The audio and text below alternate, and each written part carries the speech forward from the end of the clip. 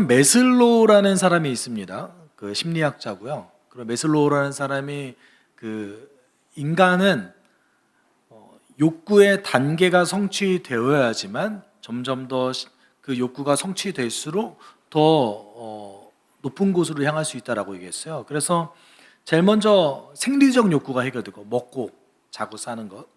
그 다음에 생리적 욕구가 해결되면 안전하길 원한다라고 얘기합니다. 그리고 안전의 욕구가 해결되면 이제 애정을 갖기를 원한다고 얘기해요. 애정의 문제까지 해결되면 뭘 원할까요? 존중받기를 원한다고 해요. 존경받기를 원한다고 해요. 그리고 이렇게 존경받는 욕구가 해결되었을 때 자아 실현을 할 수 있다고 얘기합니다.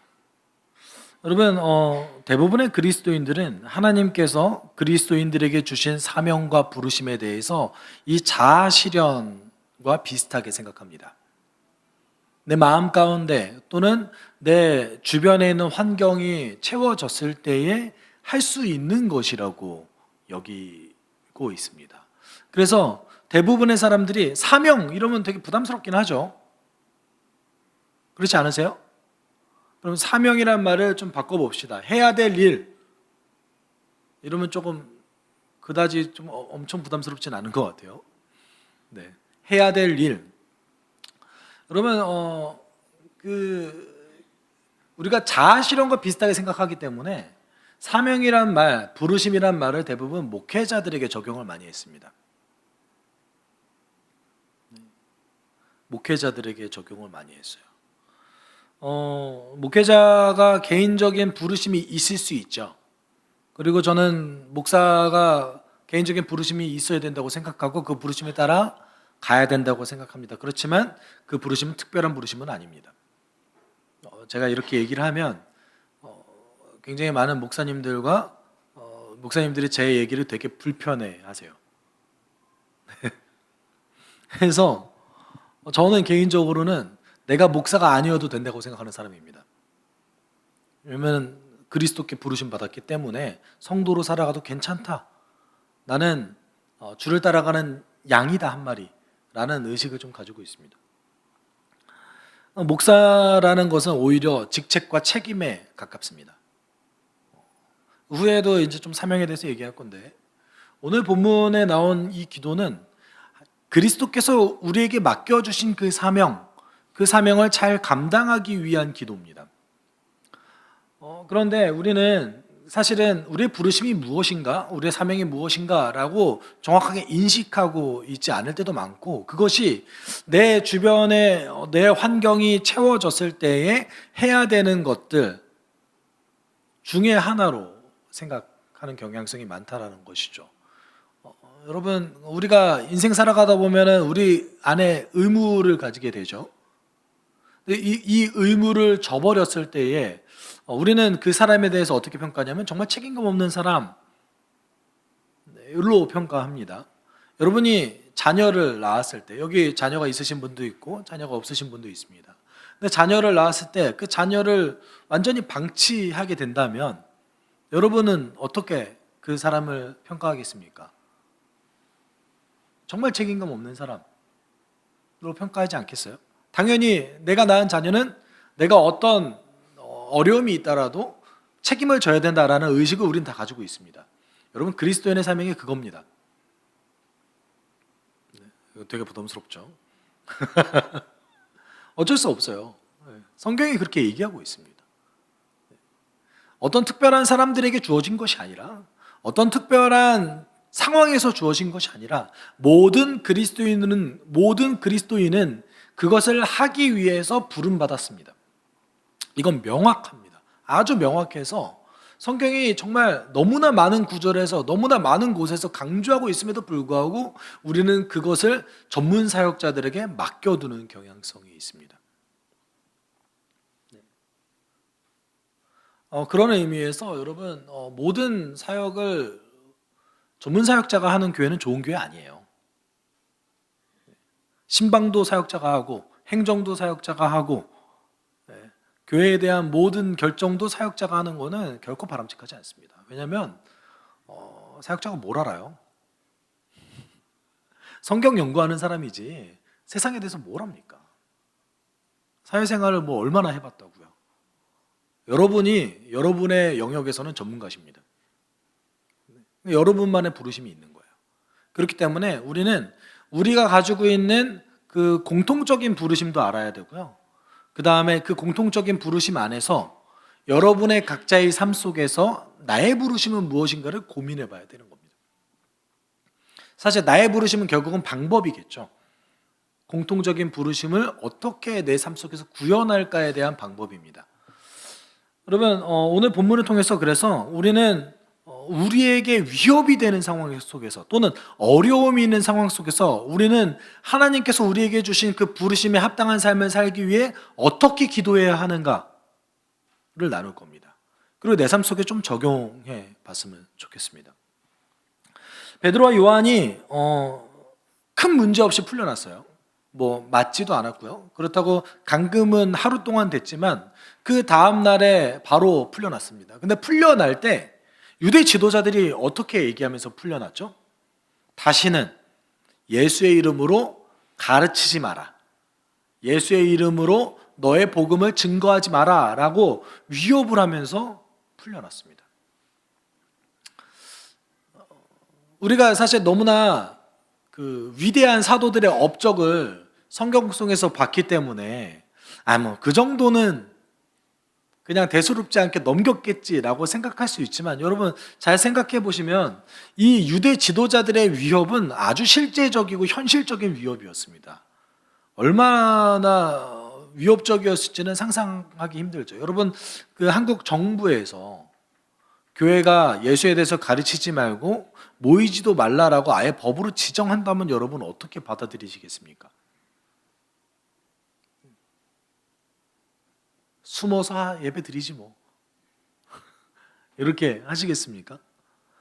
그거 자체로도 굉장히 큰 위협으로 작용한다라는 것이죠.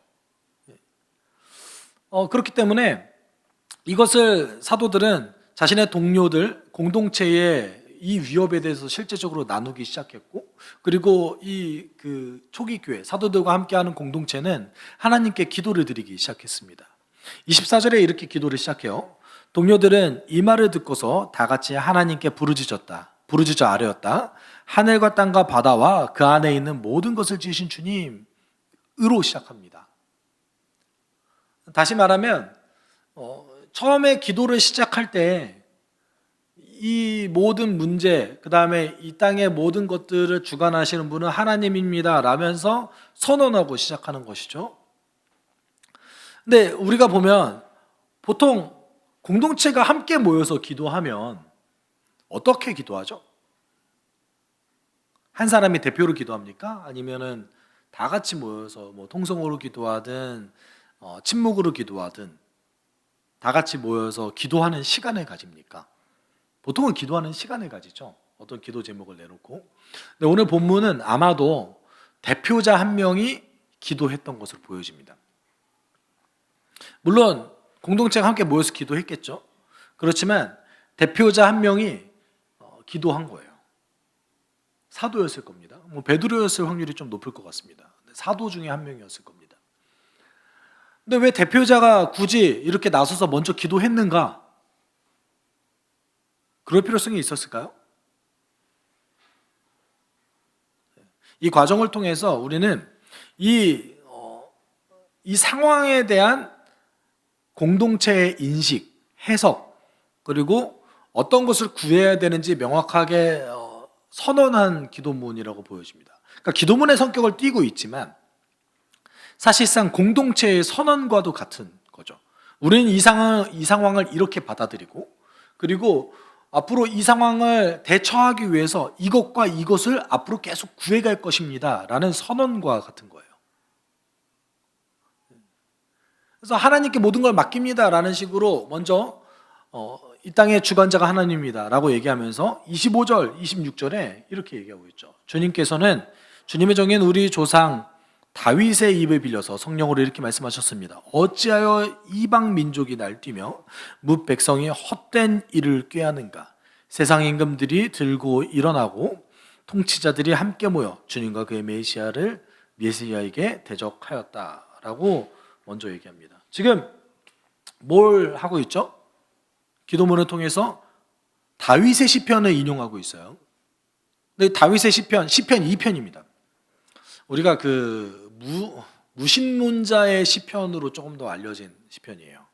시편 2편에는 무신론자들을 대적하는 시편, 그다음에 메시아에 대한 내용이 나오는 시편이거든요. 근데 이 시편 2편을 왜 굳이 인용했을까요? 사도들이 현재 처한 상황, 초기 교회가 처한 상황이 지금 시편 2편에서 얘기하는 내용과 너무나 같다라고 받아들인 거예요. 그 당시 유대교에서도 미드라시라는 방법을 통해서 시편 2편을 해석했습니다. 그리고 그 해석의 내용은 오늘 그 사도들이 사용한 것과 좀 비슷해요. 비슷하게 해석했어요. 근데 결정적인 차이점이 하나 있습니다. 그것이 어떤 결정적인 차이점이었냐면 여기서 등장하는 하나님의 대적자가 등장하죠. 주님과 그의 메시아에게 대적했다. 누가 대적했다고 얘기하죠? 이방 민족. 그렇죠? 그 다음에 세상 임금들, 통치자들이 하나님과 대적했다라고 얘기하고 있습니다. 근데 이 적용 대상이, 하나님의 대적자들에 대한 적용 대상이 유대교와 해석이 다릅니다. 어떻게 달라졌을까요? 27절에 이렇게 해석해요. 좀 같이 읽어볼까요? 사실 헤롯과 본디오 빌라도가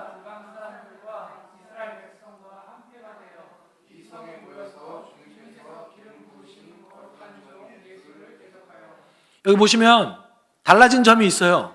원래는 잘 보세요. 이방 민족, 세상 임금들, 통치자들, 이들이 하나님의 대적자라고 얘기하고 있는데 여기에 누가 추가됐어요?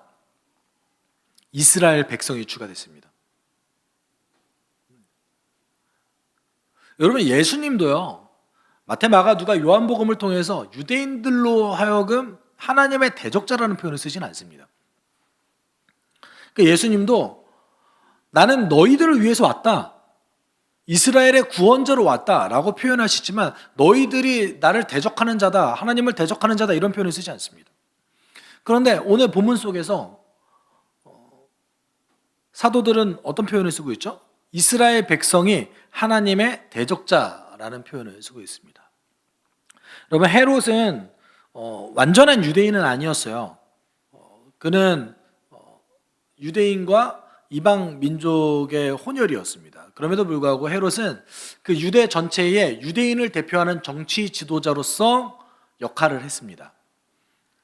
정치 지도자였던 것이죠. 그리고 이제 유대 지도자들은 종교 지도자였습니다. 빌라도는 로마를 대표하는 사람이었죠. 여기서 얘기하는 그 범위를, 하나님의 대적자들에서 범위를 한정할 때 교회는 어떻게 한정한 거예요? 유대인들을 하나님의 대적자 안에 넣기 시작한 거예요. 이스라엘 백성이 한패가 돼서, 누가 한패가 돼서요? 헤롯과 빌라도와 한패가 돼서 예수를 대적했다. 이것이 이제 첫 번째 인식이었습니다.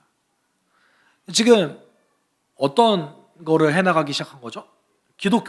교회가 유대교와 결별하기 시작한 거예요. 이제 우리는 저들과 다른 신앙을 가졌다라는 것을 선언하기 시작한 겁니다. 그동안에는 유대교와 기독교는 구별할 수 없었습니다. 교회와 회당은 구별하기 쉽지 않았습니다. 다 유대인이었고요. 다 하나님에 대한 소망을 가지고 있었습니다. 다 메시아를 바라고 있었습니다. 그렇지만 이제 교회는 이 일련에 벌어진 위협을 통해서 뭐를 깨닫기 시작하냐면 우리는 저들과 다른 신앙을 가지고 있구나 라는 것을 깨닫기 시작했습니다. 그래서 이제 유대교와 결별하기 시작한 거죠. 그리고 두 번째 인식이 있는데 그 두 번째 인식이 28절입니다. 28절은 이렇게 얘기하고 있죠. 주님의 권능과 뜻으로 미리 정하여 두신 일들을 모두 행하였습니다. 자, 생각해 보세요. 지금 유대 지도자들, 특별히는 대제사장들과 제사장들, 그리고 그들을 따르는 사두개파 무리들이 사도들과 교회를 핍박하기 시작했습니다. 뭐 어찌 보면 당연하겠죠. 본인들이 죽였던 예수를 이 사람들이 전하기 시작했으니까요. 근데 이런 일이 벌어졌을 때 여러분 보통 우리는 뭐 어떻게 해석합니까? 아, 저들이 하나님의 뜻을 대적하는구나, 여기까지 해석을 합니다.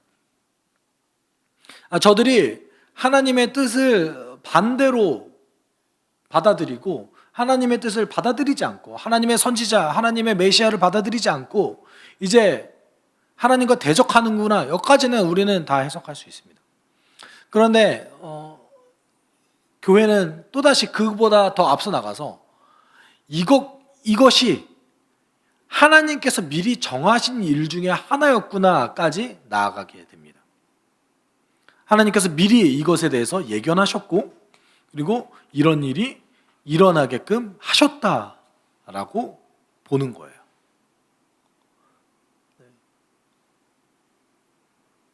우리가 주의 일을 하다 보면 항상 우리 뜻대로 잘 되지 않을 때가 많잖아요. 우리 뜻대로 결과가 안 나올 수도 있고요. 하는 과정 가운데서 굉장히 많은 방해가 있을 수 있습니다. 근데 그때 우리가 이렇게 생각할 수 있어요. 아, 우리는 하나님의 일을 하는데 왜 일이 잘 안 되지? 대부분의 그리스도인들이 일이 됐을 때 그것을 하나님의 뜻이라고 받아들여요. 아닌가요? 모든 간증은 성공담입니다. 실패담에 대해서 간증하시는 분 많지 않아요. 왜냐하면 우리가 성공했을 때 그것을 주의 뜻이라고 받아들이기 때문에 그래요. 근데 여러분, 기독교 역사를 그건 잘못 본 겁니다. 기독교 역사는 실패의 역사예요. 언제나 대적자가 있었고 언제나 대적자 때문에 그 교회가 깨지는 경우도 있었고요. 너무나 많은 실패들이 기독교 역사 2000년 내내 곳곳에 산재합니다.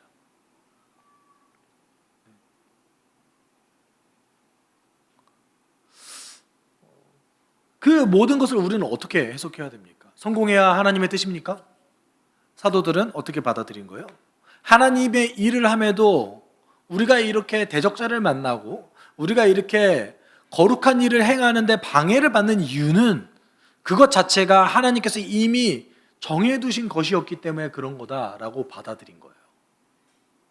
다시 얘기하면 주의 일을 할 때 반드시 뭐가 있다는 거예요? 대적자가 있다. 그리고 이것은 미리 정하신 뜻 중에 하나였다라고 받아들인 것이죠.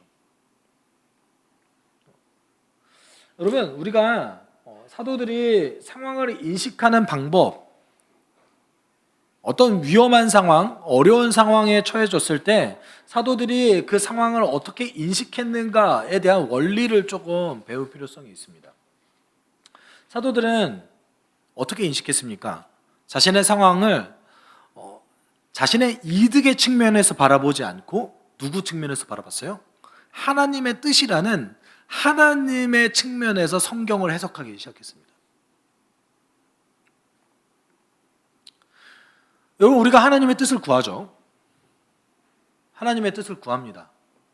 대부분의 사람들이, 그리고 대부분의 그리스도인들이 적어도 하나님이 나에게 오늘 무엇을 뜻하는가를 알고 싶어 합니다. 그거 모르고 싶어 하는 사람이 누가 있겠어요? 다 알고 싶어요. 그럼 여러분, 하나님의 뜻을 어떻게 구하십니까? 제가 앞서 말씀드렸듯이 대부분 자기중심적으로 내 성공의 측면에서 하나님의 뜻을 찾습니다. 이게 되면 하나님이 그걸 뜻하셨겠구나 로 받아들이는 거예요. 안 되면요, 하나님이 하지 말라는 것보다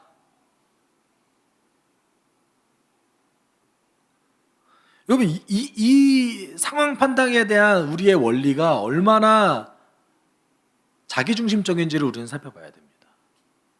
성경적 세계관을 갖춘다, 성경을 통해서 나의 삶을 재해석한다 라는 관점은요, 철저히 하나님 관점에서 그것을 보는 거예요.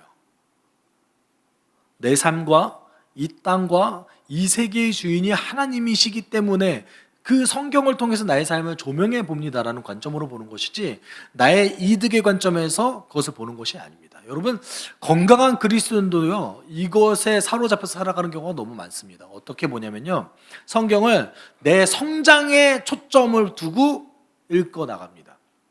이것도 역시 자기중심적인 거예요. 물론 성경에는 우리의 삶의 성장에 관련된 구절들이 많이 있습니다. 하나님 우리에게 관심이 있으시거든요. 우리 자체가 목적이시거든요. 우리가 수단이 아니에요.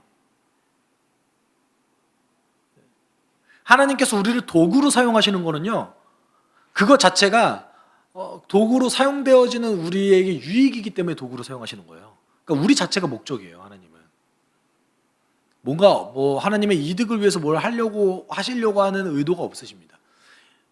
정말 막말로 하나님께서 이 땅 가운데 하나님 믿는 백성들이 늘어났어요. 하나님께 무슨 이득이 있죠? 오히려 돌봐야 될 사람들이 많아지는 거 아닙니까? 무슨 이득이 있습니까, 하나님께? 하나님은 우리가 목적이기 때문에 그것을 기뻐하시는 것뿐이시지 하나님께 이득은 아니죠. 여러분, 상황을 판단하는 그 원리를 성경 중심, 하나님 중심으로 바라봤을 때에 오늘 사도들과 같은 결론을 내릴 수가 있습니다. 내가 지금 어려움을 처한 것, 내가 주의 일을 함에도 불구하고 현실적이고 크나큰 위협에 처해져 있는 이 상황이 주님의 뜻이었다라고 받아들이게 되는 것이죠. 그래서 이들이 기도하기 시작합니다. 두 가지를 놓고 기도해요. 첫 번째를 뭘 위해서 놓고 기도하냐면, 첫째는 공동체는요 용기를 가지고 예수의 말씀을 말할 수 있게 해달라고 기도합니다. 그래서 29절에 이렇게 얘기하죠. 좀 같이 읽어볼까요? 주님, 이제 그들의 위협을 내려다보시고 주의 종들이 참으로 담대하게 주의 말씀을 말할 수 있게 해주십시오. 여러분, 이 기도를 놓고 보시면 좀 다른 부분을 찾을 수 있으시겠어요? 좀 달라요. 일반적으로 우리가 드리는 기도, 그리고 심지어는 시편에 등장하는 기도들과 조금 맥락이 다릅니다. 어떤 부분이 다르냐면요, 여러분 시편을 읽어보시면 내 문제를 해결해 주세요, 원수를 무찔러 주세요라는 기도가 있습니까, 없습니까? 많습니까, 적습니까? 많아요. 그리고 여러분, 그 잘못됐나요? 여러분의 문제를 가지고 하나님께 나아가서 이 문제를 해결해 주세요라고 하나님께 간구하는 것이 잘못됐습니까? 전혀 잘못되지 않았어요. 시편에도 그 기도가 수두룩하고요. 심지어 그렇게 기도하라고 예수께서 가르치시기도 했습니다. 하나님이 우리의 아버지 되신다. 그 아버지 되신 하나님이 어찌 너희들을 입히시고 먹이시는데 소홀히 할 수 있겠느냐?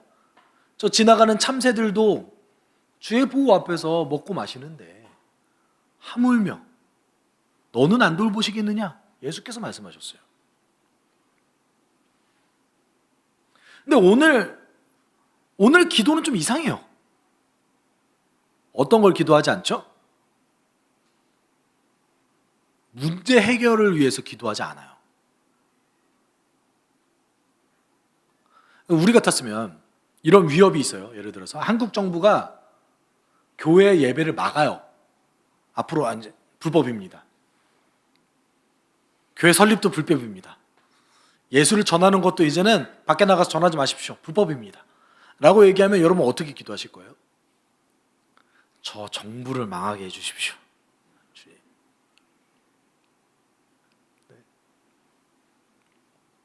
이 문제를 해결해 주십시오, 주님. 이렇게 기도하겠죠. 오늘 사도들이 뭘 기도하지 않았어요? 저 대제사장들을 변화시켜 주십시오. 저들을 망하게 하십시오. 저들이 우리가 예수 전하는 것을 허용하게 하십시오. 이렇게 기도하지 않았어요. 어떻게 기도했어요? 우리가 용기를 가지고 담대하게 주님의 말씀을 말할 수 있게 우리에게 능력 주십시오. 이렇게 기도했어요.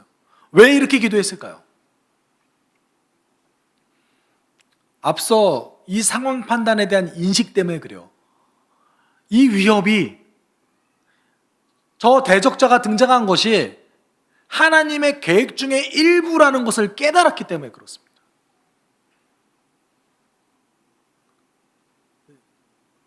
그 말은 다시 얘기하면 이 위험 속에서 그리스도인들이 어떻게 행동하냐, 어떻게 대처하냐, 어떻게 그리스도에 대해서 그 상황 속에서도 전하냐에 따라서 그리스도가 온전히 전파될 것이라는 믿음이 있었다라는 거예요.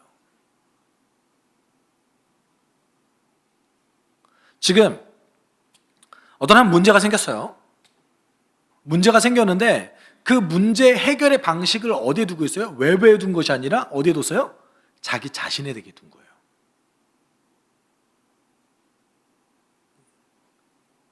이것이 교회가 구했던 기도 중에 하나였습니다. 이 말은 다시 얘기하면 여러분 그 다니엘서를 보면 사드락과 메삭과 야벳느고가 우상 숭배를 하지 않은 상황에서 위기에 처합니다. 어떤 위기에 처하죠? 끓는 쇠를 녹일 수 있는 풀무불에 왕이 집어넣는다라는 위협을 받습니다. 그때 사드락과 메삭과 야벳느고가 뭐라고 대답합니까? 능히 나의 하나님은 우리를 저 끓는 불 속에서도 살려주실 것입니다. 이렇게 먼저 얘기해요. 그 다음에 뭐라고 얘기하죠? 그리 아니하실지라도 나는 우상에게 절하지 않을 겁니다. 이들의 고백 가운데 뭐가 들어가 있는 거죠? 내 상황이 변하지 않아도 나의 주변에 이 위협이 계속해서 실존적으로 존재한다고 할지라도 나는 하나님의 뜻을 따르겠습니다 라는 고백인 거죠. 문제는 본인에게 생기지 않았습니다. 외부로부터 온 위협이었습니다. 그럼에도 불구하고 그들은 외부로부터 온 위협을 누구의 문제로 받아들인 거예요? 나의 문제로 받아들였어요. 여러분, 그리스도인의 상황 판단과 인식과 기도는 제 시작은 여기서부터 시작해야 된다는 것이죠. 나의 위협이 사라지지 않는다 할지라도, 나의 문제가 해결되지 않는다고 할지라도 나는 용기를 내고 주의 뜻을 따라 살아가게 하옵소서 라는 것이 오늘 사도들의 기도였던 겁니다. 이것이 교회의 선언이었습니다. 사도행전 4장은요 교회의 첫 번째 닥쳤던 위기에 관련된 내용입니다. 그 위기를 대처하는 이 교회의 태도는 무엇이었습니까? 그 문제 해결을 자신에게 뒀습니다. 여러분, 그리스도인들은 이런 사람들의 역사를 통해서 쓰여졌습니다.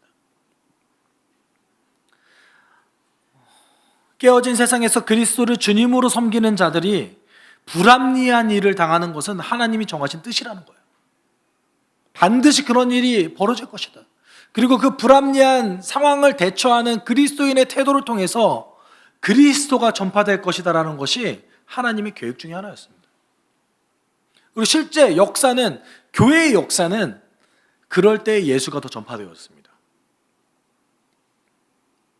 오히려 우리가 생각하는 문제가 다 해결되어지고 아주 평안한 상황이 벌어졌을 때에 어떤 일이 벌어졌을까요? 교회가 생명력을 잃었던 경우가 너무나 많습니다.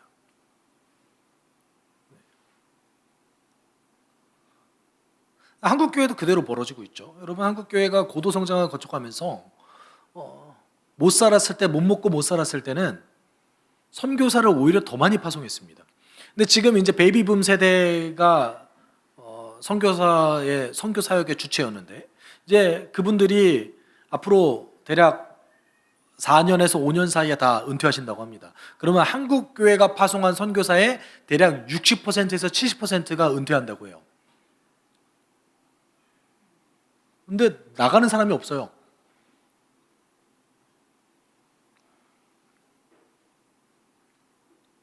우리가 그때보다 기독교인이 부족했을까요? 아니요. 그때보다 교회가 부족할 거요? 아니요. 그때보다 재정이 부족한 거요? 아니요.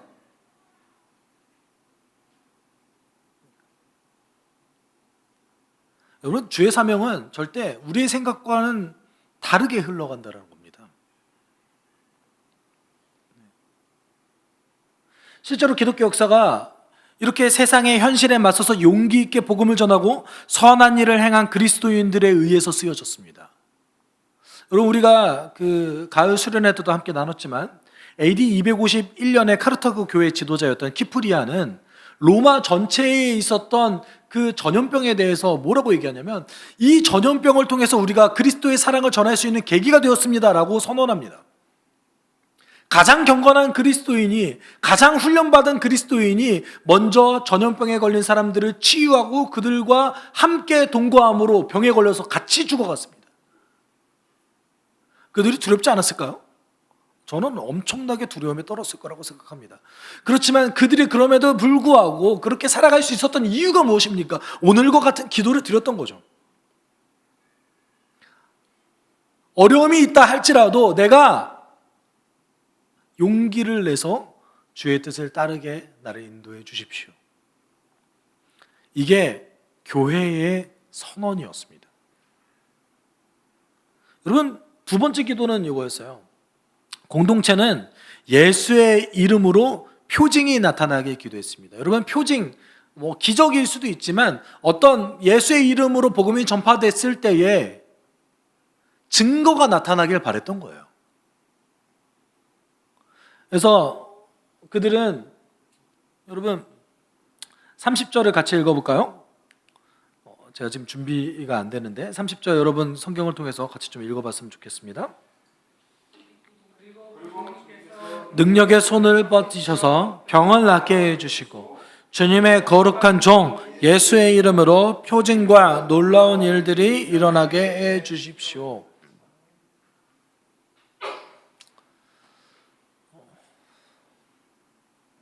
예수 이름을, 우리가 용기를 내서 예수 이름을 증거했을 때 주님, 당신의 능력이 드러나게 우리에게 인도해 주십시오. 여러분, 이 시대에는 이런 일들이 실제 성경에서 벌어졌다라고 기록하고 있습니다. 그리고 우리가 그런 얘기 듣죠. 선교 사역에 가면 병원이 없고 너무 의료시설이 열악한 곳에서 선교 사역을 행했을 때에 이런 병이 낫는 일도 수시로 벌어졌다라는 것을 선교사님들의 간증을 통해서 듣게 됩니다. 오늘날 우리는요,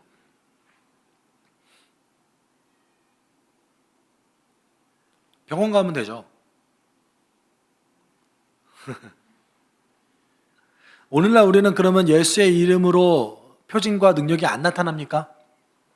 이 표징과 능력은 반드시 병고침 받고 어떤 특별한 기적적인 일들이 일어나는 것입니까? 아니요, 사람이 변하는 것 자체가 기적이에요. 우리 가운데 가장 깊게 깔려져 있는 전제는 무엇입니까? 사람 안 변한다. 사람 바꿔 쓰는 것 아니다. 아닙니까? 여러분, 그리스도인들도 다 그래요. 그 신앙생활 왜 합니까? 예수의 이름 때문에 여러분 사람 변합니다. 저는 다 놓고 말하는데 저는 변했어요.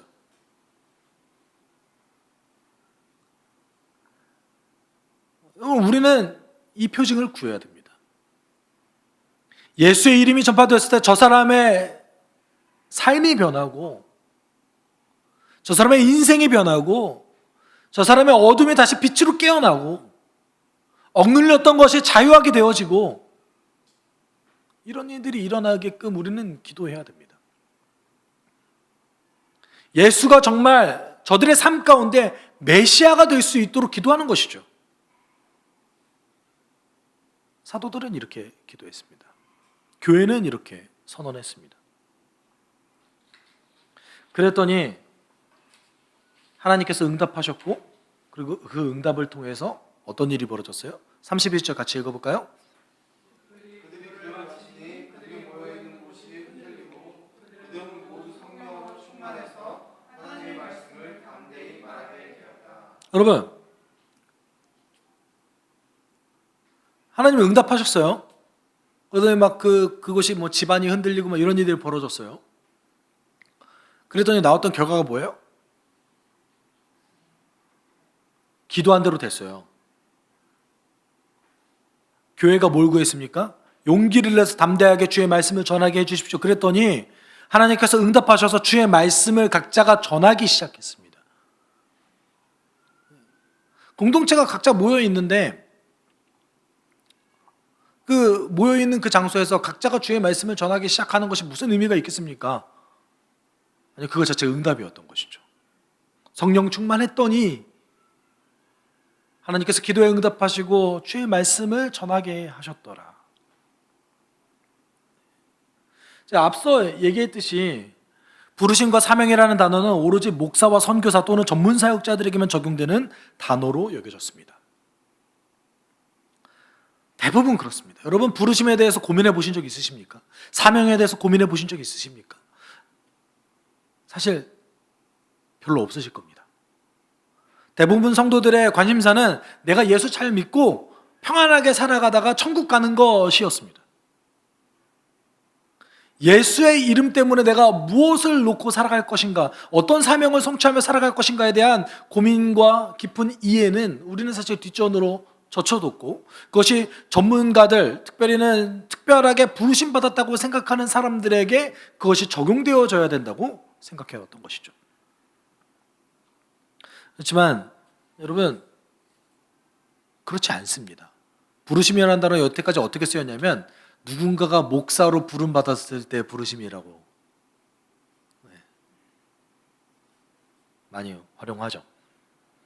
저는 이 해석이 굉장히 비성경적이라고 생각합니다. 물론 특별하게 하나님으로부터 부름받은 사람들이 있습니다. 대표적으로 사도들이 있죠. 그리고 선지자들이 있죠. 성경에 너무 이런 사람들만 많이 나오니까 부르심이 다 그런 종류로만 압니다. 그런데 여러분 잘 생각해 보십시오. 사도들이 교회를 위해서 7지사를 뽑았습니다. 그 7지사는 하나님이 부르신 겁니까? 아니요. 교회가 결정해서 뽑았어요. 디모데전후서에 보면, 디도서에 보면 목회 서신에는 목사와 장로와 교사의 역할을 해야 되는 사람이 어떤 사람이어야 되는지 기준을 정해놨습니다. 교회가 필요에 따라서 그 목사를, 교사를, 장로를 자격에 합당한 사람은 책임을 지어주는 것, 이거 그냥 직분이었던 거예요. 책임이에요. 다른 얘기로 하면 목사조차도 목회 서신에서 얘기하는 그 책임을 다할 수 있으면 그 사람을 선정해서 뽑는 거예요. 특별한 부르심이라고 여기는 것이 아니라 그리스도인의 부르심은 사실 단 하나입니다. 그리스도의 부르심은 다른 게 아니에요. 베드로전서 2장 9절에 이렇게 얘기하고 있죠. 그러나 여러분은 택하심을 받은 족속이요 왕과 같은 제사장들이요 거룩한 민족이요 하나님의 소유가 된 백성입니다. 그래서 여러분을 어둠에서 불러내어 자기 놀라운 빛 가운데로 인도하신 분의 업적을 여러분이 선포하는 것입니다. 하나님께서 우리를 왜 부르셨습니까? 요거 하라고요. 우리 인생 가운데 하나님 예수를 통해서 무슨 일을 행하셨는지, 앞으로 어떤 일을 행하실 것인지 그 아름다움에 대해서 선포하라. 너의 삶을 통해서, 너의 행실을 통해서, 너의 선함을 통해서.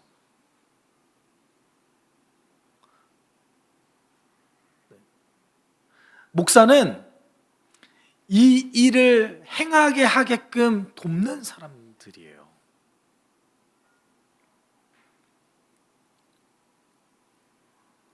여러분, 오늘 본문 속에서 나오는 이 교회의 선언과 기도는요, 오늘 베드로전서 2장 9절에 나오는 우리 성도의 부르심을 잘 할 수 있게끔, 특별히 어려움에 처한 성도가 어떻게끔 이 사명을 잘 감당할 수 있느냐에 대한 기도입니다. 부르심은 절대 전문가들을 위한 것이 아닙니다.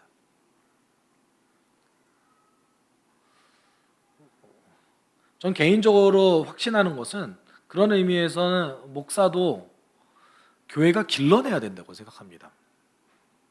검증하고 길러내고 그리고 책임을 져줘야 된다고 생각합니다.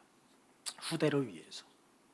근데 우리가 그동안 개인적으로 목사가 되어지는 그 과정은 철저하게 개인의 주관적인 경험에 의존했습니다. 거기서 교회가 하는 역할이 거의 없었어요. 너 부름 받았어? 그래, 신학교 가.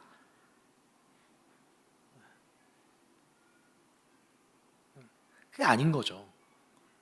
이 사람이 부름받았다고 여겨지면 어떻게 해야 됩니까? 검증해야죠, 교회가. 그거 잘할 수 있는가? 성품부터 시작해서 모든 환경과 여건을 검증해야죠. 그 다음에 신학교 보내야 되는 거 아니겠습니까?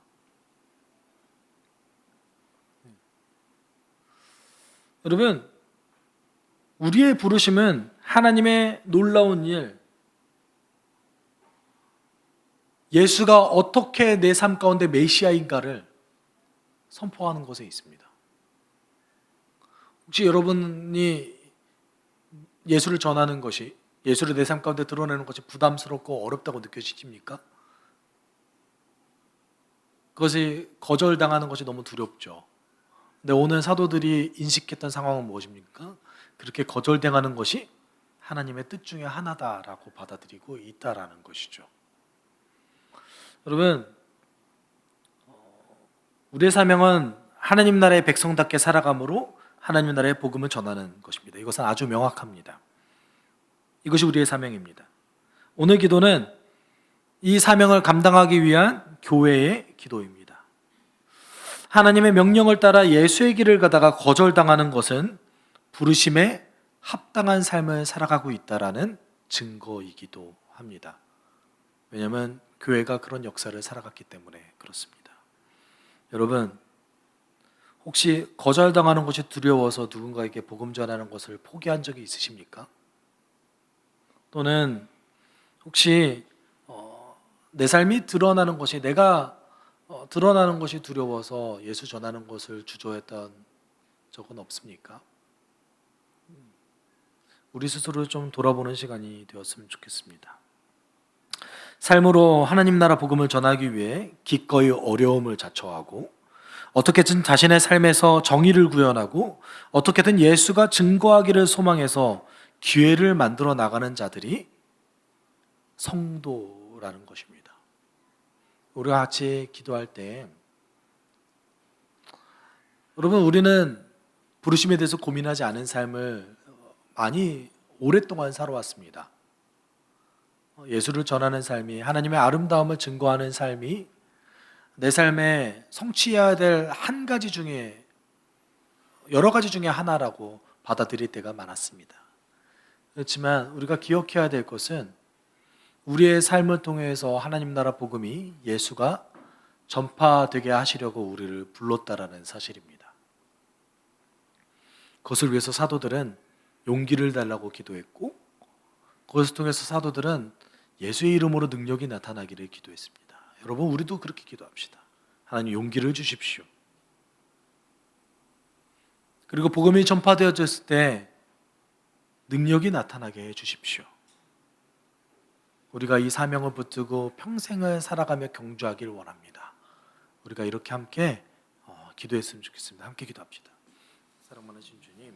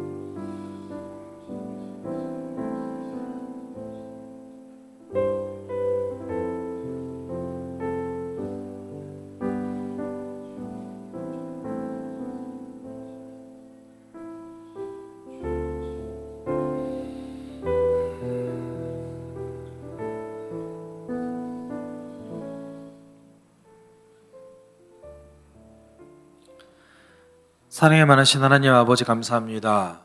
하나님, 어려움에 처했을 때에 사도들은 자신의 부르심을 감당하기 위해서 하나님께 기도했던 것을 우리는 발견하게 됩니다.